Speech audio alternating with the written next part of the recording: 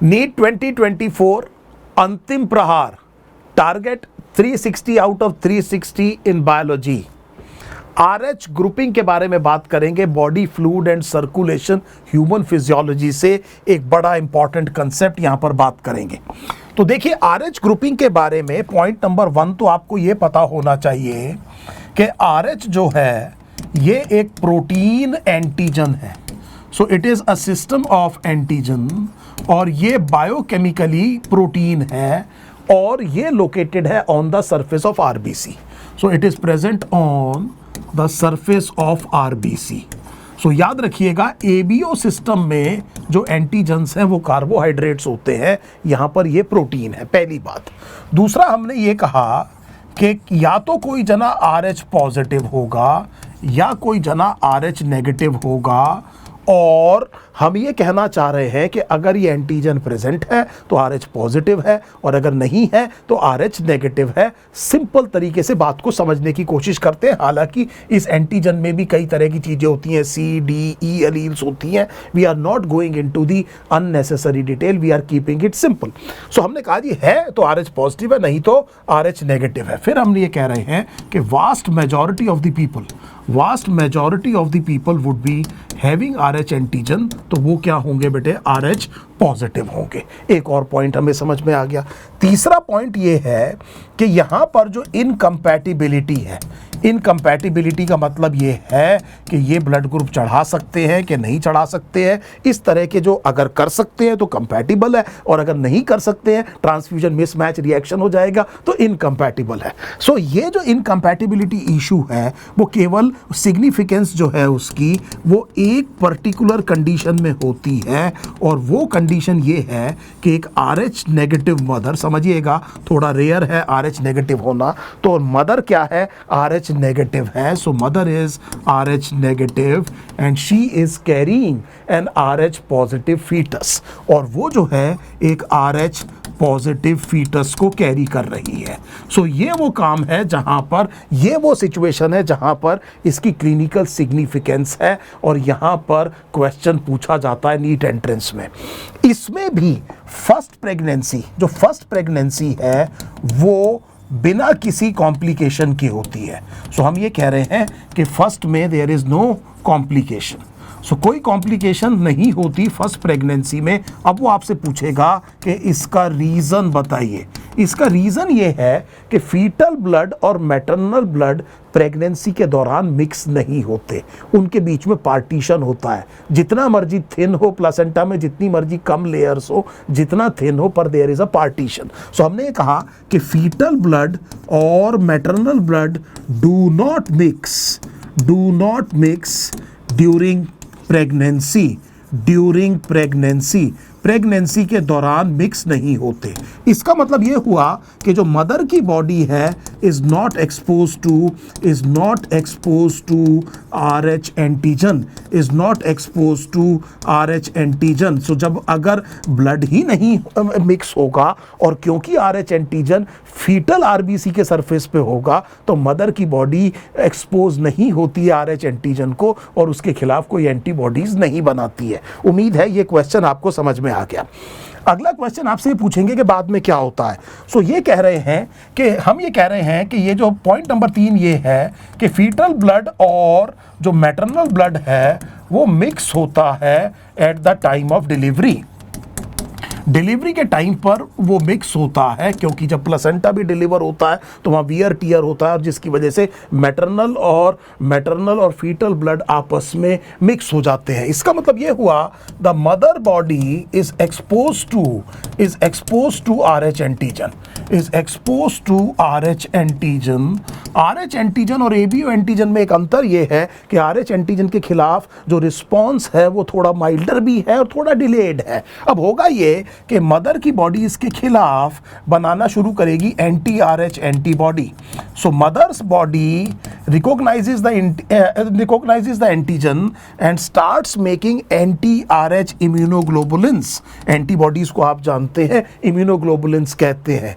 अब आप ये समझिए कि ये बिलोंग करते हैं IgG क्लास को, और IgG क्लास की जो एंटीबॉडीज है can cross can cross placenta. तो बड़े ध्यान से मेरी बात समझिए, डिलीवरी के टाइम पर मदर की बॉडी RH एंटीजन को एक्सपोज हो गई। अब उसका जो इम्यून सिस्टम है वो इस एंटीजन के खिलाफ एंटीबॉडीज बनाना शुरू करेगा। जो एंटीबॉडीज बनाएगा वो एंटीबॉडीज IgG क्लास की होती हैं। ये सबसे कॉमन सर्कुलेटिंग एंटीबॉडीज हैं। एक और क्वेश्चन आपको करा दूं, और प्राइमरी रिस्पांस में तो IgM क्लास आता है। जो सेकेंडरी रिस्पांस होता है उसमें सबसे कॉमन जो एंटीबॉडी आती है वो IgG आती है। तो IgG के बारे में 2 और क्वेश्चन हमने आपको ये बताए। सबसे कॉमन सर्कुलेटिंग एंटीबॉडी है, सेकेंडरी रिस्पांस में आने वाली जो सबसे इंपॉर्टेंट एंटीबॉडी है वो IgG है, और तीसरा पॉइंट ये है कि it can cross placenta. So any subsequent pregnancy, अब आप ये समझिए किसी भी सब्सीक्वेंट प्रेगनेंसी में what is the difference now, what is the difference? So unlike the first pregnancy, इस बार डिफरेंट क्या है? Maternal body has anti RH IgG। सो बड़े ध्यान से मेरी बात समझिए, पहली बार जब प्रेगनेंसी हुई थी मदर की बॉडी में कोई भी एंटीबॉडी RH एंटीजन के खिलाफ नहीं थी, लेकिन अब की बार यहां पर हमने ये कहा कि मदर की बॉडी में एंटीबॉडीज प्रेजेंट होंगी, और जैसा मैंने आपसे बार बार कहा कि ये एंटीबॉडीज क्रॉस कर सकती हैं प्लेसेंटा। सो अब हमने कहा कि दोबारा क्या हुआ कि ये जो RH नेगेटिव मदर है, she is carrying RH positive foetus, और ये लेट अस से ये सेकंड प्रेगनेंसी है, और ये सेकंड प्रेगनेंसी है। तो अब इसमें क्या होगा कि जो एंटी-RH एंटीबॉडीज हैं, एंटी-RH एंटीबॉडीज जो मदर की साइड से हैं, दे विल क्रॉस प्लेसेंटा। वो प्लेसेंटा को क्रॉस करेंगे, they will reach foetal blood. कहाँ पहुंच जाएंगी बेटे? फीटल ब्लड में पहुंच जाएंगी, और वहां पर जाकर के क्लम्प करेंगे फीटल RBC को। दिमाग लगाइए। सो हमने ये कहा कि अब की बार पहले से ही मदर की बॉडी के पास एंटीबॉडीज हैं, और ये एंटीबॉडीज प्लेसेंटा को क्रॉस कर सकती है। तो जब एंटीबॉडी प्लेसेंटा से क्रॉस करके फीटल ब्लड में जाएंगी तो वहां पे फीटल RBC पे जो एंटीजन है उसको क्लम्प या एग्लूटिनेट कर देगा, और इसकी वजह से जो फीटल RBC है उनका हीमोलिसिस शुरू हो जाएगा। सो इसका मतलब RBC टूटना शुरू हो जाएंगे। फीटस में RBC टूटना शुरू होंगे, पहले क्लम्पिंग होगी और उसके बाद में टूटना शुरू होंगे। अब जब ये RBC टूटेगा, जब ये RBC टूटेगा तो इसको बड़े ध्यान से समझिएगा। इस RBC में से आपको पता है हीमोग्लोबिन निकलेगा। हीमोग्लोबिन में हीम अलग करेंगे, हीम में से पोरफायरिन अलग करेंगे, आपको मैंने पहले पढ़ाया हुआ है, और फिर उससे बाइल पिगमेंट बनाएंगे। बाइल पिगमेंट होता है बिलीरुबिन और बिलीवर्डिन, क्योंकि इसके टूटने की वजह से ब्लड में बिलीरुबिन और बिलीवर्डिन ज्यादा हो जाएगा। बिलीरुबिन का कंसंट्रेशन क्या होगा? इंक्रीज, और इसीलिए येलो कलरेशन हो जाएगी स्किन और स्क्लेरा की, और इस कंडीशन को हम कहते हैं जॉन्डिस।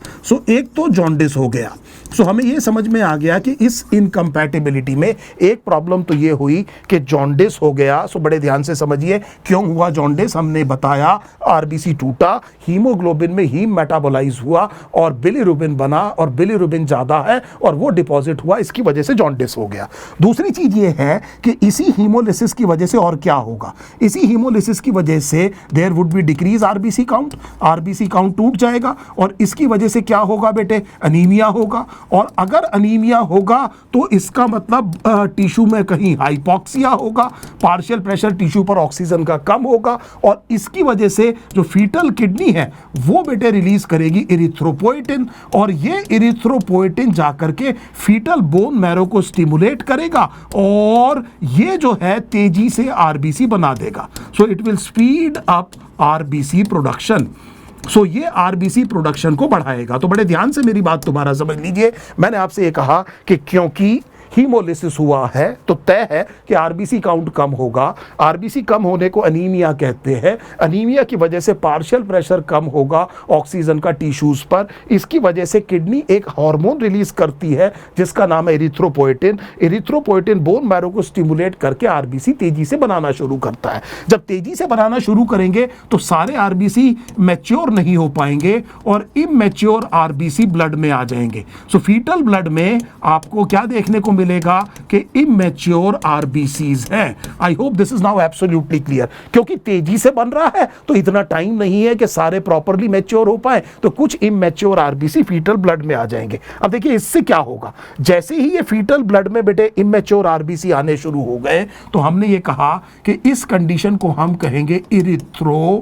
इरिथ्रो का मतलब आरबीसी से रिलेटेड है, इमेच्योर सेल को कहते हैं बेटे ब्लास्ट, तो इसको कहेंगे इरिथ्रोब्लास्टोसिस, और इस कंडीशन को हम कहेंगे इरिथ्रोब्लास्टोसिस फीटलिस। सो कंडीशन ब्लड की क्या होगी, इरिथ्रोब्लास्टोसिस फीटलिस होगी। आपको समझ में आ गया ऐसा क्यों है। और ये जो डिजीज है इसे हम कहते हैं haemolytic disease of newborn. So disease का नाम क्या है, haemolytic disease of newborn. Blood picture क्या है, ब्लड पिक्चर क्या है बेटे, ब्लड पिक्चर हमने कहा blood picture is erythroblastosis fetalis. इसका मतलब क्या है कि अगर आप ब्लड में देखेंगे तो आरबीसी, काफी सारे आरबीसी इमेच्योर दिखाई देंगे, और इमेच्योर के लिए शब्द क्या है, ब्लास्ट शब्द है। इतनी बात मुझे समझ में आ गई, जॉन्डिस समझ में आ गया, एनीमिया समझ में आ गया, इरिथ्रोब्लास्टोसिस फीटलिस समझ में आ गया। एक और क्वेश्चन जो आपसे नीट एंट्रेंस एग्जाम में पूछा जा सकता है कि क्या कोई तरीका है इसको प्रिवेंट करने का, क्या इसका प्रिवेंशन पॉसिबल है? बिल्कुल है। अगर हम एंटी आरएच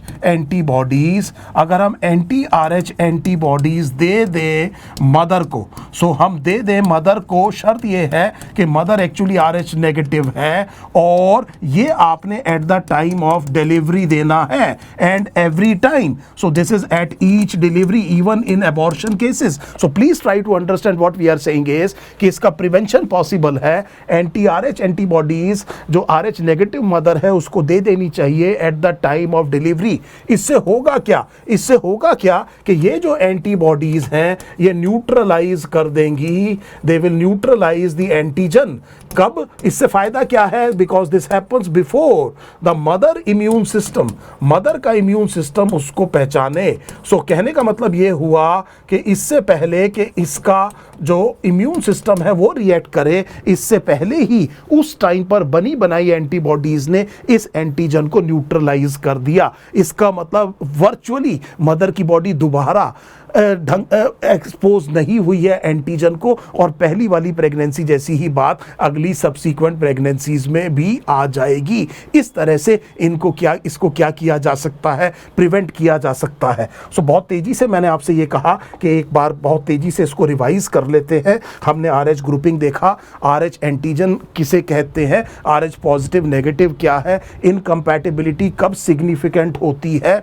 फिर हमने ये कहा कि पहली प्रेगनेंसी और दूसरी प्रेगनेंसी में क्या अंतर है, आरएच इनकम्पैटिबिलिटी में क्या प्रॉब्लम है, कैसे पैथोफिजियोलॉजी आप एक्सप्लेन करेंगे, किस तरह से अनीमिया, जॉन्डिस और इरिथ्रोब्लास्टोसिस फीटलिस होता है, हीमोलिटिक डिजीज ऑफ न्यूबॉर्न किसे कहा जाता है, और इसको प्रिवेंट करने का तरीका क्या है। सो जैसा मैं आपसे बार बार कह रहा हूं कि ये बहुत टारगेटेड, बिल्कुल रेजर शार्प फोकस से हम काम कर रहे हैं। ये आप जो कंसेप्ट मेरे से पूछते जा रहे हैं उनके मैं आपको वीडियो प्रोवाइड कर रहा हूं। अभी कुछ दिनों, 2-3 दिन 4 दिन हमारा फोकस जो है ह्यूमन फिजियोलॉजी पे है। जो भी चीज़ आपने पूछनी है पूछ लीजिए, उसके बाद हम हर यूनिट को 2-2, 3-3 दिन देंगे, और उसमें आप जितनी भी चीज़ें मुझसे पूछेंगे to the best of my capability मैं कोशिश करूंगा कि आप तक पहुंचा दें। टेलीग्राम चैनल पर जाकर के आपने इससे रिलेटेड क्वेश्चंस जरूर करने हैं, वो मत भूलिएगा, क्योंकि अल्टीमेटली क्वेश्चन एग्जाम में आना है।